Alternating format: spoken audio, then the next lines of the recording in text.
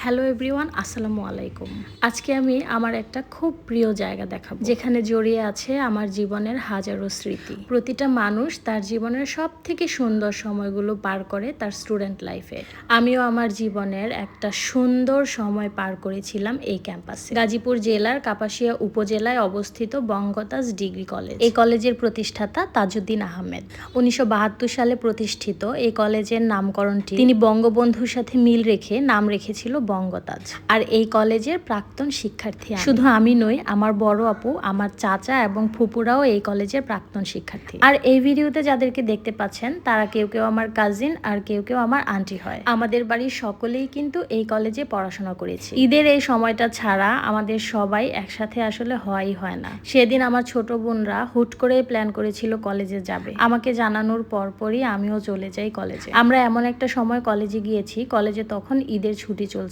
কলেজটা খোলা থাকলে আসলে অনেক ভালো লাগতো। সকল শিক্ষকদের সাথেও আমাদের দেখা হয়ে যেত। একটা লম্বা সময় পরে কলেজে গেলাম, কিন্তু কোনো শিক্ষকের সাথেই দেখা হয়নি। এই জন্য আমার মনটা খুবই খারাপ লাগছিল, কারণ তারা আমাকে এত ভালোবাসতেন যেটা আমি বলে প্রকাশ করতে পারবো না। বঙ্গতাজ কলেজের প্রতিটা শিক্ষক এত ভালো ছিল, এত ফ্রেন্ডলি ছিল যে আমি চাইলেও তাদের কথা কোনোদিন ভুলতে পারবো না। আমি চলে আসার পরও যখন আমার কাজিনরা কলেজে ভর্তি হয়, প্রায়ই আমার শিক্ষকরা তাদের থেকে আমার খোঁজ নিতেন। আমি অনেক বেশি কৃতজ্ঞতা প্রকাশ করছি, কারণ আমার শিক্ষকগণ এখনো আমাকে মনে রেখেছেন।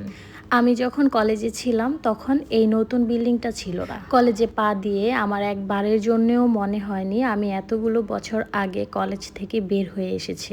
আমার কাছে মনে হচ্ছিল আমি এখনো এই কলেজের স্টুডেন্ট। চোখের সামনে হাজার হাজার স্মৃতি ভেসে উঠছিল। আর এই পুরাতন বিল্ডিংটাতে আমাদের সেকেন্ড ইয়ারের ক্লাস হতো।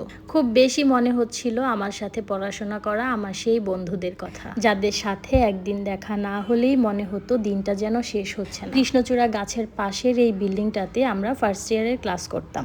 বন্ধুরা মিলে কত খুনসুটি করতাম এই কলেজের আঙিনায়। ক্লাস ফাঁকি দিয়ে ঝালমুড়ি আর ফুচকা খাওয়ার সেই দিনগুলোকে অনেক বেশি মিস করছিলাম। আরো মনে পড়ছিল কিভাবে আমরা বাচ্চাদের মতো টিচারদের কাছে ঝালমুড়ি খাওয়ার আবদার করতাম। এই স্মৃতিগুলো যেন জীবনের সাথেই গেঁথে আছে। এই সুন্দর সময়গুলো না কাটালে জীবনটা এত সুন্দর হয়ে উঠতো না। ক্ষণিকের জন্যই বারবার মনে হচ্ছিল যদি সেই সময়টা আমি আবার ফিরে পেতাম। স্বর্ণা, রুনা, শিশির সহ সকল বন্ধুরা একসাথে বসে মাঠে ঘন্টার পর ঘন্টা আড্ডা দিতে পারতাম। কফি হাউসের সেই আড্ডাটা আজ আর নেই। এই গানটা যদি মিথ্যে হয়ে যেত তাহলে কতই না ভালো হতো, তাই না? কিন্তু জীবন তো চলে যায় জীবনের নিয়মে। ইনশাল্লাহ একদিন সবাই প্ল্যান করে কলেজ যখন খোলা থাকবে সকল টিচারদের সাথে দেখা করতে যাব। এই জায়গাটা আমার জীবনের সাথে জড়িয়ে আছে। আমি আমার এই কলেজকে আর আমার সকল শিক্ষকগণকে আজীবন মনে রাখবো।